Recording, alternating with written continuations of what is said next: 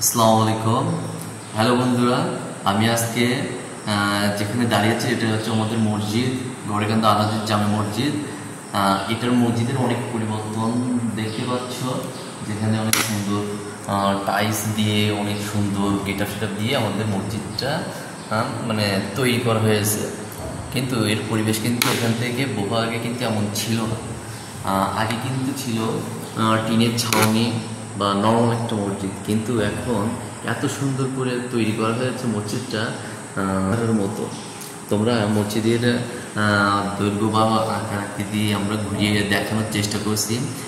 অবশ্য মসজিদ চাকচিক্য হলে কি হবে, মুসল্লির অভাব আছে, এটাই সব থেকে ভাগ্য যে আমাদের মসজিদ এত সুন্দর চাকচিক্য কিন্তু মুসল্লি নেই।